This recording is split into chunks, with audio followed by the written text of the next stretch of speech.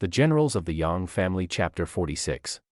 Imagine you are an ancient border guard. Like you've trained your entire life for one very specific, very brutal reality, right? Right. It's all you know. Exactly. You know how to hold a spear. You know how to lock your shield with the guy standing next to you. You understand the basic physics of war. Yeah. The trajectory of an arrow, the grim mathematics of attrition. But then today, you march out onto the field and the sky suddenly, unnaturally just turns pitch black. Oh, that would be terrifying. Right. The temperature just plummets. And the enemy commander who is, charging toward you doesn't just draw a sword. He literally splits into 49 shrieking shadow-like demons. Moving way faster than humanly possible. Exactly. And I mean, your training manual definitely didn't cover this. The basic laws of physics that you relied on to keep you alive have just, well, they've been suspended. It is the absolute collapse of military doctrine. Right. I mean, when the fundamental rules of reality are just shattered on the battlefield, bravery becomes entirely irrelevant. Because what can you even do? Nothing, really. Yeah. You are no longer fighting an army at that point. You're fighting this sudden, terrifying realization that you understand absolutely nothing about the universe. Wow. Well, we're diving into an incredibly thrilling, action-packed Chapter 46 of the classic Chinese historical fiction, The Generals of the Yang Family. It's quite a read. It really is. And listen, if you're expecting a standard, dry, chronological list of troop movements and, supply lines, throw that expectation right out the window. Yeah, because the source material we were examining today possesses this brilliant, almost whiplash-inducing dual nature. Whiplash is the perfect word for it. It really starts as this deeply grounded, cynical geopolitical thriller. We are talking war room debates, strategic deterrence, political hubris. Like an ancient house of cards. Exactly like that. But then, without any warning, it violently pivots into dark, supernatural horror. The shift is just staggering to read. I mean, it goes from a political thriller straight into a total nightmare. It does. This story isn't just about magic for the sake of, cheap spectacle. Not at all. It's a literal masterclass in the dangers of underestimating your enemy. It's about the catastrophic consequences of ignoring the variables that just don't fit neatly into your spreadsheets. Precisely. It provides such a fascinating lens into the psychological realities of ancient siege warfare. Plus, there's the crushing burden of generational legacy. Which is huge in this text. Right. And it shows how classical literature used literal magic things like weather manipulation, illusions, dark incantations as a profound metaphor for the true, paralyzing terror of facing an unknown enemy. So, to understand how you end up on a frozen plain facing down a horde of shadow demons, you have to look at the bureaucratic arrogance that put those soldiers there in the first place, right? Oh, definitely. Every disaster begins with a meeting. Right. So, let's go to the war room of the Data Kingdom, which is also known as the Western Xixia. Set the scene for us. Well, the geopolitical landscape here is extremely tense. The inciting incident for this entire narrative isn't a border skirmish. It's actually a massive shift in the balance of power. Okay, what kind of shift? The Song dynasty, which is this massive agrarian empire to the south, has just successfully conquered Yuzu. So they are on the move. They are. They are rapidly consolidating their power, and the northern tribes are either being pushed back or just absorbed into the central plains. Which has to be making their neighbors nervous. You'd think so. But King Laimu of the Western Xia looks at this shifting map, and rather than feeling threatened, he somehow senses an opportunity. Wait, really? Yeah. He convenes a high-level council with a very specific, aggressive agenda. He basically says, now is the time to attack the Song. Which just immediately seems totally counterintuitive. I mean, the Song dynasty is expanding. They are actively absorbing territory. Right, they have momentum. Yeah. They are clearly on a hot streak. And King Limu's takeaway is, let's poke the bear. It is a staggering leap in logic. It feels like a massive miscalculation right out of the gate. But he isn't totally in an echo chamber, is he? Like, he does have voices of reason in the room. He does. Specifically, his left minister, a man named Xixia. And Xixia represents the ultimate voice of pragmatism here. So Xixia is kind of the anchor to reality in this scene. Exactly. He represents the classical, cautious school of statecraft. So he steps forward and delivers this warning that is heavily anchored in traditional wisdom. He drops a proverb on the king, doesn't he? He does. He quotes this proverb saying, if a thing can be done and you do it, then success is easy. But if it cannot be done and you force it, regret will be too late. Regret will be too late. Man, I love the polite, veiled language of ancient courts. It's very precise. Yeah, because that is essentially the courtier way of looking your sovereign right in the eye and saying, are you completely out of your mind? It is very diplomatic, but the subtext is incredibly sharp. Xixia proceeds to meticulously dismantle the king's logic just by breaking down the geopolitical reality. Okay, how does he do that? He points out that the Song dynasty isn't just expanding. They are experiencing a period of immense, unified strength. So they aren't some fractured coalition fighting among themselves. Right. Their territories are seamlessly connected, their supply lines are incredibly robust, and they have an entire apparatus of brilliant strategists and fierce generals. He even gives a brief history lesson right there in the council chamber, right? He really does. He reminds the king that ever since the Jin and Han periods, the northern tribes have always, historically speaking, feared the Central Plains when they are unified. Because historically, that's when things go bad for the north. Exactly.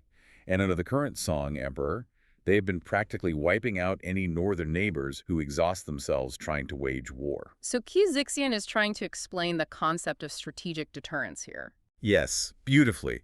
He's saying the Song dynasty doesn't even need to mobilize an army against us to defeat us. Their sheer size is the weapon. Right. Their economic output, their recent string of victories, that is the deterrent.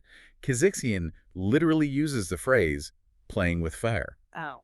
He warns that if they mobilize their armor and weapons now, they are only going to anger the Song emperor, drawing the full unified wrath of a superpower right to their doorstep.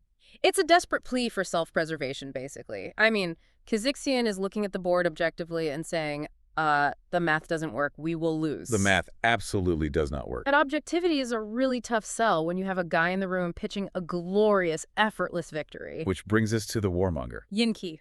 Yes, Yin Qi is the complete antithesis of Xixia. Before the pragmatist can even fully embed his warning into the king's mind, Yin Qi steps up and completely flips the narrative. He just shuts it down. He argues the exact opposite of caution. He tells the king, why are we waiting? The time to strike is right now. And his justification is honestly wild. I mean, he claims that the Song border is actually incredibly weak, right? He does. He says the border guards are cowards who will just scatter the second they see a signal fire.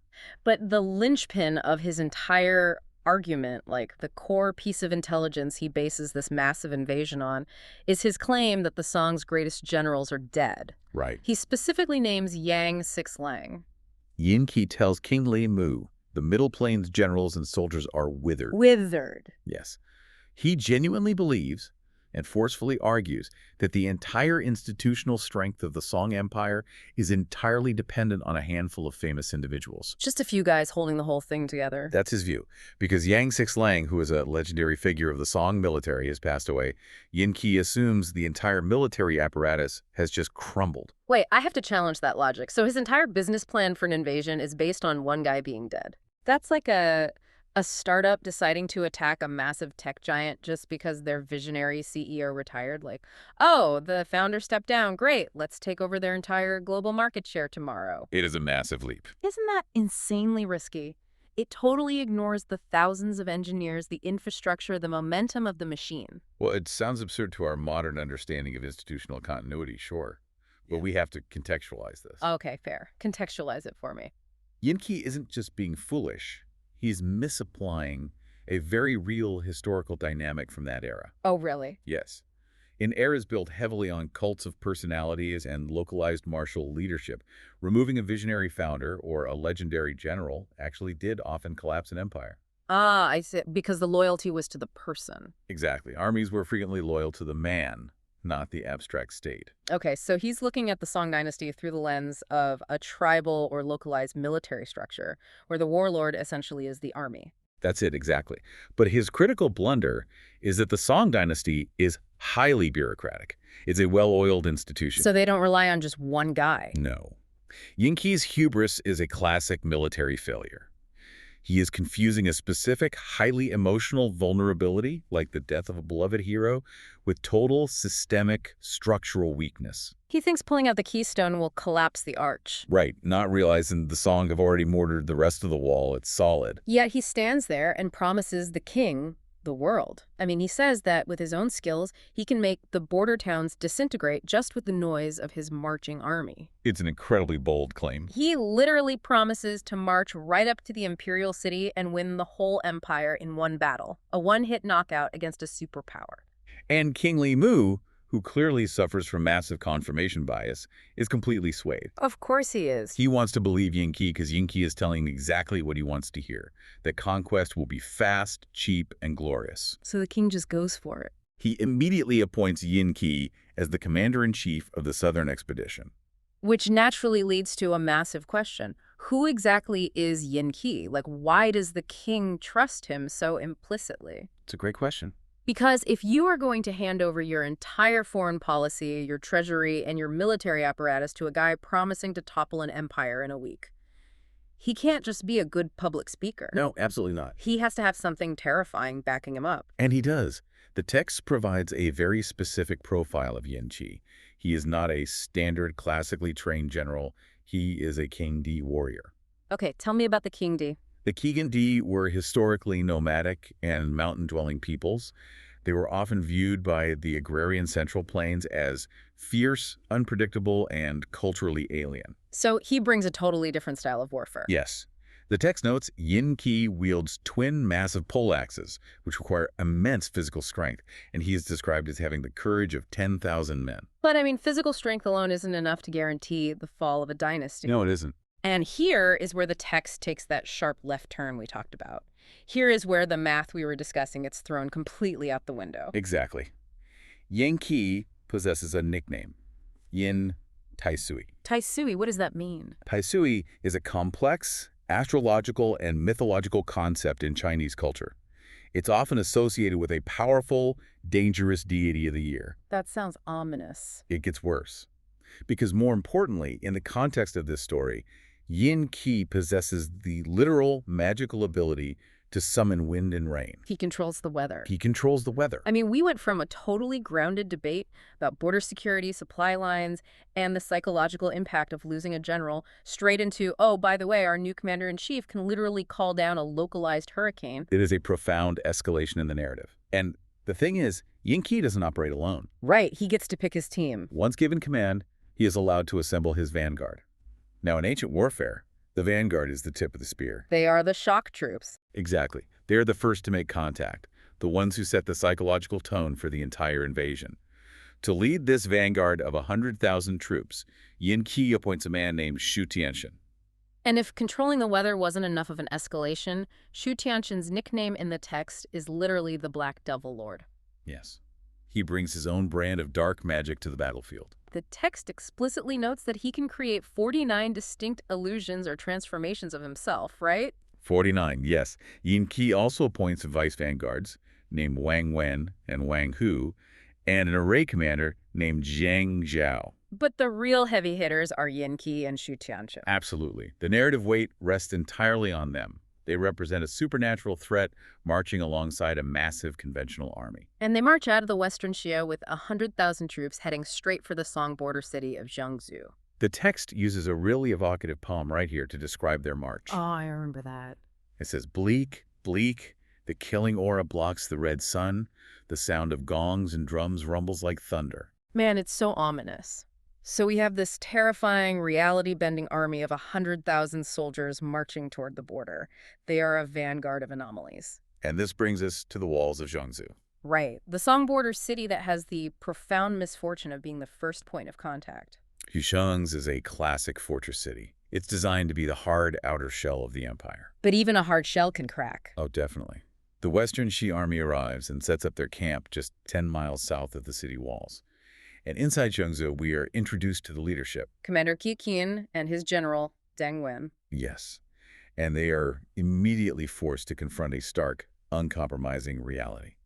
Let's talk about the mathematics of doom here, because the numbers are rough. Very rough. Yin Qi has brought 100,000 troops. Commander Qi Qin does a head count of his garrison. He has exactly 4,000 defenders. 4,000 against 100,000. Yeah. That is a 25-to-1 disadvantage. That's grim. In any era of warfare, those are completely unsustainable odds for an open field engagement. So what's the standard playbook there? The standard military doctrine for odds like that is universally agreed upon. You close the heavy wooden gates, you pull up the drawbridge, you man the walls with archers. You conserve your grain. You conserve your grain, and you pray that a relief force arrives before you literally starve to death. The commander, Xixia, understands this perfectly, doesn't he? He does. He is understandably panicked. He's looking over the parapets at just a sea of enemy tents, and he states the obvious, our forces are too weak to fight. But his general, Deng Wen, steps up and makes a decision that defies all logic. It really does. Deng Wen says, don't worry, we'll leave half the men 2,000 to guard the city. I'll take the other 2,000, along with cavalry officer Zongbao, and we will go out and face them on the open plain. It is a breathtakingly poor tactical decision. It's insane. It genuinely borders on military malpractice. Here's where it gets really interesting, though. I really want to unpack this, because Deng Wen is willingly walking out of a fortified position with exactly 2% of the enemy's strength. 2%. That is not a battle strategy. That is a cinematic last stand. Is he suicidal?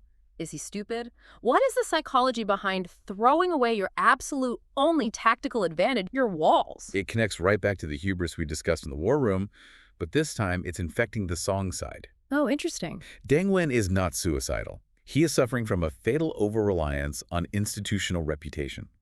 He is riding the coattails of his empire's broader brand name. The brand name of the Song dynasty. Exactly. When Deng Wen rides out with his tiny force, Yin Qi rides forward and yells at him to surrender immediately or be trampled into the dust. And Deng Wen's response is incredibly telling. Yes. He points his spear and says, the great Liao was so mighty, and yet we destroyed them. Your Western Xixia can't even guarantee its survival from morning to night, and you dare to dream of the Central Plains. He's literally trying to weaponize history. He's saying, do you know who we are? We beat the Liao. We are the Song. He genuinely believes that the aura of past Song victories is enough to intimidate an army of 100,000 men. He thinks his reputation acts as a physical shield, like the enemy will just turn around out of respect. Exactly. He expects the Western Xixia troops to just cower and lose their nerve simply because they are facing the banner of the Song. But that's not how swords work. No, it isn't. He fails to realize the most brutal truth of warfare.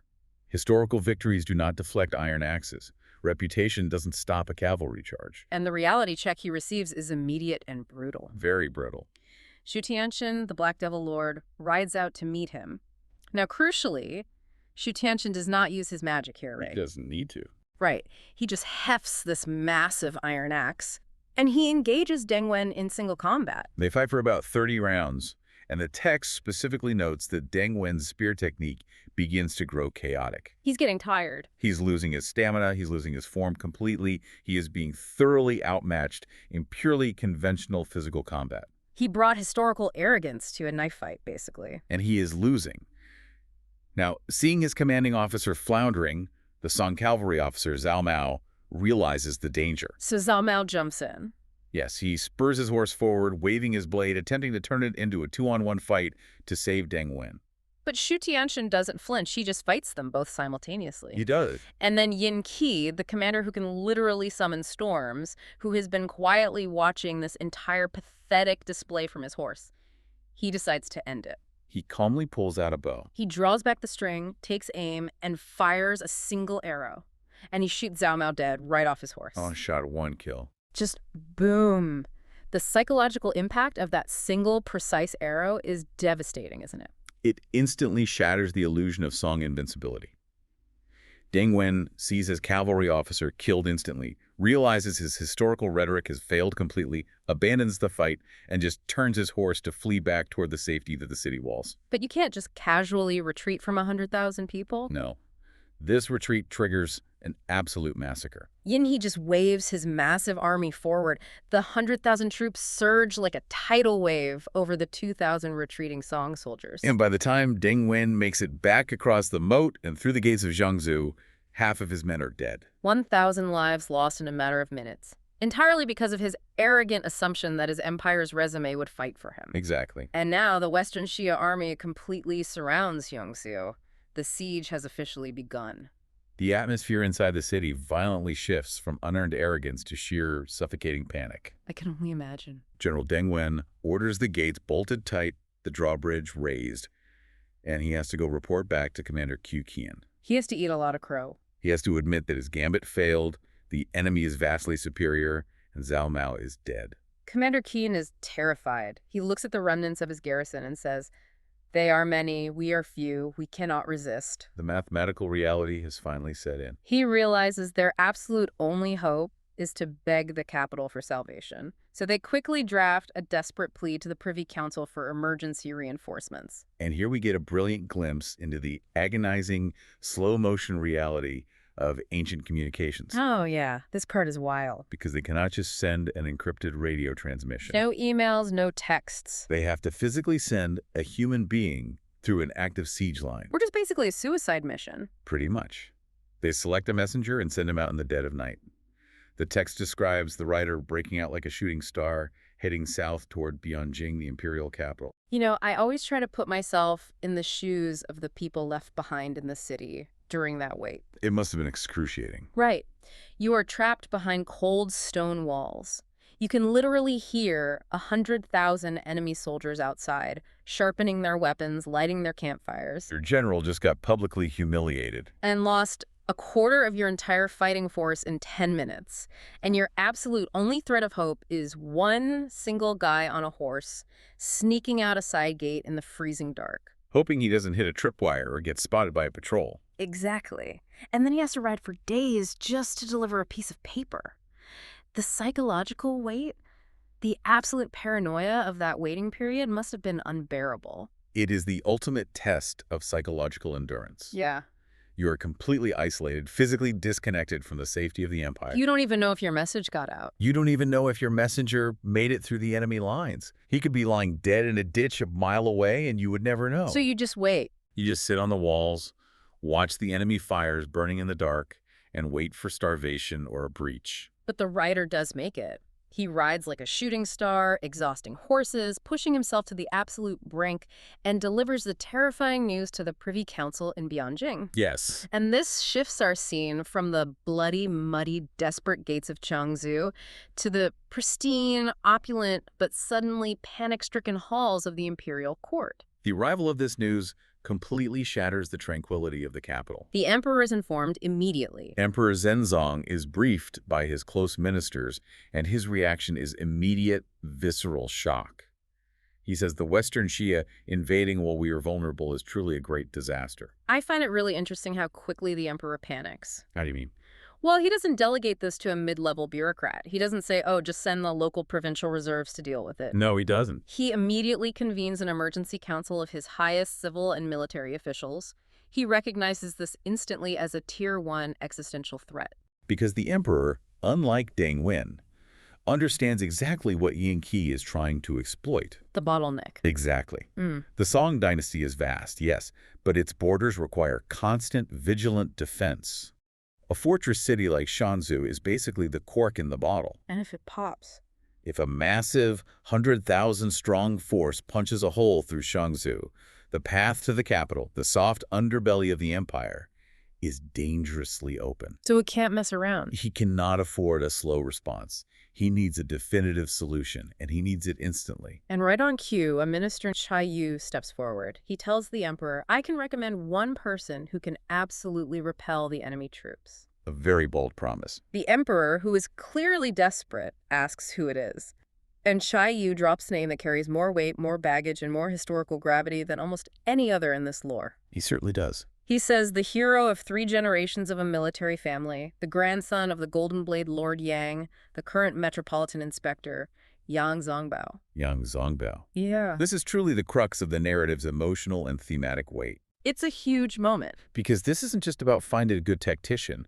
This is about invoking a legacy. Chai Yu assures the emperor that if Zongbao leads the troops, victory isn't just possible, it is guaranteed. And the emperor is overjoyed. He immediately grants Zongbao 50,000 troops. He gives him the grand title of Commander-in-Chief of the Western Expedition. He sets him up for success. Right. He assigns him seasoned deputies, Huayan Xian and Huayan Da, with Zhu Fu and Lu Min as his vanguards. Notice how rapidly, how seamlessly the state machinery operates when it needs to extract value from the Yang family. It's instant. The emperor doesn't hesitate for a second to throw massive resources, 50,000 troops, at this young man. He completely ties the fate of his entire empire to the reputation of one family. And that brings us to what I genuinely think is the emotional core of The farewell. It's the moment right before the march. Because before Zongbao can take command of those 50,000 men, before he can march north to face the demons, he has to go home. He has to see his grandmother. Yes. He visits the Warning Mansion to bid farewell to the matriarch of the family, Taijun Lady Shi. This scene is incredibly poignant, and it really operates on multiple levels. Can you explain the background here a bit? Of course. The Yang family, within this literary tradition, represents the ultimate tragic embodiment of absolute loyalty to the state. Tragic being the key word. Very tragic. The men of the Yang family historically do not die of old age in their beds. They die violently in battle. Over and over again. They're often betrayed by corrupt officials. They are frequently outnumbered. They're repeatedly sacrificed for the geopolitical needs of the empire. So the amount of generational trauma localized in that one mansion is just staggering. It really is. Zongbao walks in to tell his grandmother that he is leaving for a war, and Lady Shi's reaction is so foreign to a modern understanding of grief. She has a breakdown. She doesn't cry. She doesn't beg him to stay. She doesn't curse the emperor for taking yet another one of her boys. No, she remains perfectly stoic. She looks at him, completely composed, and quotes his dead father's dying words. She says, "I remember your father's final words. While the country has wars, you must be completely loyal to the cause you serve." While the country has wars, you must be completely loyal. If we connect this to the bigger picture, it's profound. How so? It is not a suggestion. It is an absolute, uncompromising command. It leaves zero room for personal desire, zero room for self-preservation, and zero room for fear. So what does this all mean for Zongbao psychologically? The psychological pressure placed on Zongbao in this single moment is immense. He is being told, essentially, that his life does not belong to him. It belongs to the state. It belongs to the state, just as his father's life did, just as his grandfather's life did. He is merely a vessel for the family's duty. Let's really think about what this means for Zongbao in the context of this specific war. Okay. He is a young man carrying the ghost of his grandfather, the legendary Golden Blade Lord Yang. He is carrying the ghost of his father, Yang Xixia. And here is the brutal irony. Yang Xixia is the exact man whose death Yin Qi cited back in the war room as the reason the Song were weak. That's a fascinating connection. Right? Yin Qi told the Xia king, Yang Xixia is dead, we can invade. And now, Xixiang's son is the one being sent to stop him. It is deeply, unavoidably personal. It creates such a fascinating dynamic. Zongbao isn't just fighting for the borders of the Song dynasty. He is marching out to physically refute Yin Qi's thesis. He has to prove his family isn't dead. He is marching out to prove that the Yang legacy did not die with his father. So Zongbao replies to Lady Qi. She simply, "The military situation is urgent. I must take my leave." And Lady Shi's final piece of advice. She tells him to assess the situation carefully and not let fall the prestige of your ancestors. Don't ruin the family name. I mean, talk about pressure. Just go out there, fight an army of 100,000 men led by a guy who controls the weather, and make sure you don't embarrass your dead ancestors while you do it. A light afternoon errand. Exactly. But Zongbao doesn't flinch. He accepts this massive, crushing burden, heads to the training grounds, rallies his 50,000 troops, and marches out. And he is marching straight into a brutal, unforgiving winter. Right. This sets the stage for the next phase of the conflict. The logistics of a winter march in ancient China were devastating all on their own. Just keeping the men alive on the road. Exactly. The text notes that it is December. The freezing north wind is howling. The ground is rock hard. The author actually inserts a very bleak, haunting poem right here in the narrative to set the mood. I love when texts do this. It reads, "The wild geese coming north sound tragic. Travelers heading west fear the endless road." It acts as a chorus, really, setting a tone of deep foreboding. The natural world itself seems to be mourning the soldiers, warning the Song army of what lies ahead. The journey is harsh. The weather is freezing, and the destination is steeped in blood. Yet despite the conditions, they march aggressively. Zongbao is a good leader. He is. Zongbao's leadership is highly effective. They managed to reach the theater of war and set up camp at a place called Yaku, which is just 15 miles from the besieged city of Xiangzhou. The moment they arrive and plant their flags, something fascinating happens in the enemy camp. The dynamic completely shifts. Yin Qi, the confident warmonger, the commander who can summon hurricanes, The guy who convinced his king that the Song military was a withered husk. He suddenly changes his entire tune. He gets very nervous. His scouts report back that the banners on the approaching army read Young Zongbao. And the name alone violently shifts Yin Qi's strategic calculus. He knows who he's dealing with. He realizes immediately that his initial assessment was flawed. He gathers his generals and delivers a very serious, very uncharacteristic warning. What does he say? He says, "I have long heard this man is the eldest son of Xixia, brilliant in both civil and military affairs. Okay. Back when the Heavenly Gate Array was breaking, it was all due to his deployment. You must not underestimate the enemy. You must apply yourselves carefully." This is a massive tell. Yin Qi was perfectly happy to dismiss the entire Song bureaucracy, but the brand name Yang makes him slam on the brakes. He respects Zongbao's reputation immensely. He explicitly mentions the Heavenly Gate Array. For context, the Heavenly Gate Array was this massive, legendary, incredibly complex tactical puzzle that Zongbao managed to solve in previous lore. It was his defining victory. Right. So Yin Qi recognizes that he is no longer fighting an arrogant fool like Deng Wen. He is fighting a prodigy. He is basically telling his men, the boss has arrived, no more messing around. Which is smart. Yin Qi is exhibiting a rare moment of lucidity and caution, but ironically his warning falls on deaf ears. Completely ruined by the culture of overconfidence he himself built. Oh, that's such a good point. His vice vanguards, Wang Wen and Wang Hu, step forward and exhibit the exact same hubris that Yin Qi displayed back in the war room. They are infected with it. They really are. They completely dismiss Yin Qi's caution. They tell their marshal, "You don't even need to go out. Just give us a few men, and we too will easily slaughter and push back this Song army." It is a stunning display of insubordination masked as bravery. It's foolishness. So Yin Qi, perhaps to teach them a lesson, or perhaps just hoping they are actually right, gives them 20,000 elite troops. And the next day, they march out. Right, out on the frozen plains, Wang Wen and Wang Hu line up their formation, bang their drums, and demand a battle. They look out across the frost and see the Song army approaching. And the text describes the Song formation as moving like birds flying and clouds gathering. Meaning what, exactly? It implies immense discipline, fluidity, and overwhelming numbers. They aren't just a mob, they are a machine. Zongbao rides to the absolute front of his lines, and he immediately takes the moral high ground, demanding to know why the Western Xia are invading and killing innocent lives. And Wang Hu, arrogant to the bone, replies that Jiangzhou used to belong to them, so they're simply taking it back. Zongbao is furious at the sheer audacity of this, so he asks his lines who will take the first ride. Who wants first blood? Exactly. His deputy, Huyanxian, charges out with his spear and attacks Wang Hu. They engage in a fierce duel for 30 rounds. Standard conventional combat. That's right. Seeing his brother locked in combat, Wang Wen jumps in with his own spear. But the Song aren't fighting fair either.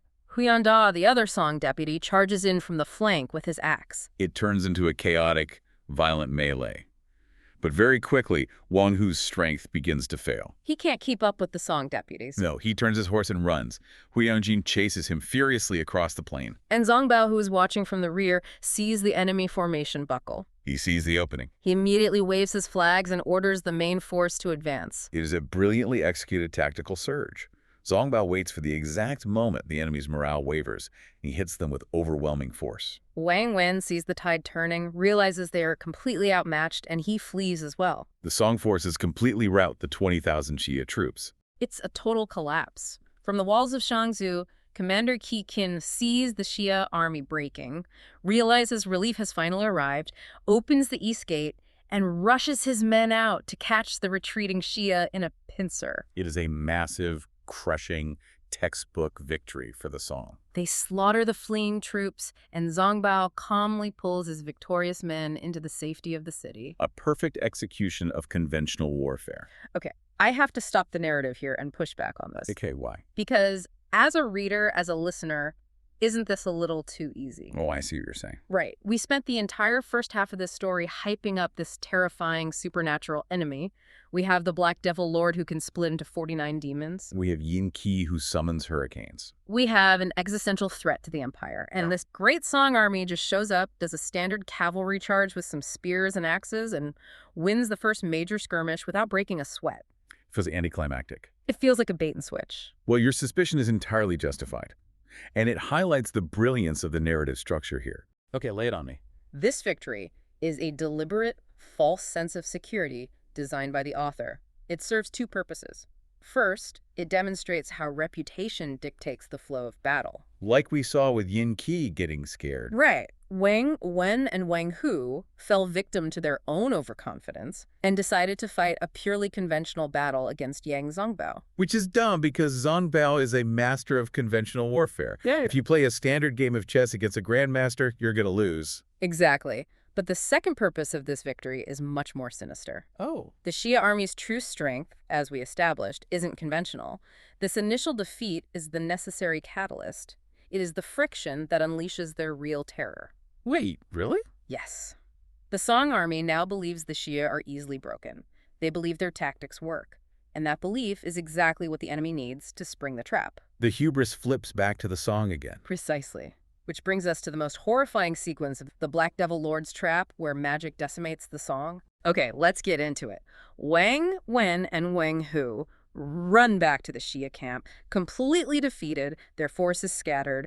They report back to Yin Qi and tell him, basically, you were right, the Song troops are too fierce. Yin Qi is absolutely furious. Oh, I bet. He yells at them, if you can't even beat a few Song soldiers, how do you expect to take the Central Plains? Fair point. He is so angry at their failure that he grabs his weapons and declares he's going out to fight Zongbao himself. But before Yin Qi can mount his horse, Shu Tianxian, the Black Devil Lord, steps in front of him. The heavy hitter steps up. He tells the marshal to sit steady. He says, watch me. I will make the enemy retreat immediately. And notice, Shu Tianxian doesn't ask for 20,000 men. No. He doesn't ask for a massive formation. He just tells Yin Qi he will handle it personally. So the very next morning at dawn, Shu Tianxian rides right up to the walls of Shangzhou, basically alone or with a very small retinue, showing off his martial prowess, twirling his halberd, and demanding a fight. And inside the city, the psychological state of the Song army is dangerously elevated. They are riding high on the dopamine of yesterday's easy win. They feel invincible. They hear the challenge, a cannon shot rings out, the east gate opens, and Deputy Huan Xin and Vanguard Zhu Fu ride out. And they are full of absolute confidence. They are shouting insults, calling Shu Tianxian a rebellious, ugly thief, and threatening to wipe out his entire clan. They are completely tragically blind to what they are facing. They think this is just another Wang Hu. They think this is just another guy with an axe. Shu Tianxian, though, pretends to be enraged by their insults. He spurs his horse and charges at Zhu Fu with his square sky halberd. Zhu Fu meets him with his blade. They clash, the sparks fly. They fight for a few intense rounds, but here's the critical, fatal maneuver. After testing Zhu Fu's strength, Shu Tianxian abruptly turns his horse and flees back toward his own array. He fakes a defeat. The feigned retreat. Now, you and I know, and anyone who studies military history knows, that is one of the oldest, most dangerous, most heavily documented traps in the history of warfare. The Mongols built an entire empire on it. William the Conqueror used it at Hastings. It is day one of tactical school. Do not chase a retreating enemy into unknown territory. It is a widely known tactic. But knowing about a trap intellectually and resisting the visceral urge to spring it in the heat of combat, those are two very different things. Zhu Fu is just drunk on the previous day's easy win. His blood is up. He sees the enemy commander fleeing, and he wants the glory of the kill. So he ignores doctrine. He takes the bait completely and chases Shu Tianxian right into the jaws of the enemy formation. And the moment Zhu Fu is isolated, the moment he is pulled deep enough into the array away from his support, the trap springs, and reality just shatters. Shu Tianxian stops running. He turns his horse around. But he doesn't raise his halberd. Instead, he begins chanting a dark incantation, which the text refers to as a heterodox verse. This is the exact moment the genre violently shifts. Imagine you're Zhu Fu. You think you are winning a standard physical sword fight. You're chasing a guy down, ready to end the battle. And suddenly, the guy you are chasing stops, starts chanting in a language you don't understand, and the sky above you literally breaks open. The environment turns on him. The text says a massive, unnatural gale erupts out of nowhere. It is a howling, shrieking wind. Flying sand and rolling stones are whipped up from the frozen ground, tearing through the air, completely blinding the Song troops. The environment itself becomes an active, aggressive weapon. We talked earlier about sensory deprivation. This is the ultimate execution of it, isn't it? It is. The physical blinding by the sand and stones is terrifying enough.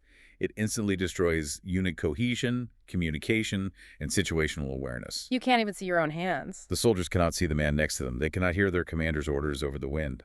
But the physical storm is just the setup for the psychological killing blow. The magic. Half up in the pitch-black, swirling sky, countless illusions of the Black Devil Lord suddenly appear. It is no longer just one guy on a horse. There are 49 demonic versions of him, shrieking in the wind, diving through the dust, surrounding Xufu from every conceivable angle. The panic is instantaneous and total. Xufu is absolutely horrified. The cognitive dissonance is simply too much to bear. He realizes, a fraction of a second too late, that he has ridden into a nightmare. His training has failed him. His assumptions have failed him. He frantically tries to turn his horse around to desperately flee back toward the city, but there is no escape. None at all. Amidst all this magical chaos, amidst the swirling illusions and the blinding, agonizing sandstorm, the real Shu Tianchen calmly turns his horse around. He charges right through his own manufactured storm. Invisible in the chaos, and he drives his square sky halberd right through Xufu's chest, knocking him off his horse and killing him instantly. The sudden, violent death of the vanguard commander is the final straw. It shatters whatever shred of discipline the Song army had left. They just break. They are completely routed, blinded, terrified by the screaming demons in the sky, and leaderless, they are slaughtered by the Xia troops who are prepared for the storm. It's fish in a barrel. The casualties are catastrophic. Wei Yanxian, the deputy who was so arrogant and brave just the day before, panics completely. He abandons his men, barely manages to hack his way out of the storm, and flees back towards Jiangsu, literally screaming in sheer terror for the guards to pull up the drawbridge. And Shu Tianchen chases them right to the edge of the moat, fully maximizing the psychological terror before calmly turning his horse and riding back to his camp. It is a total horrifying massacre.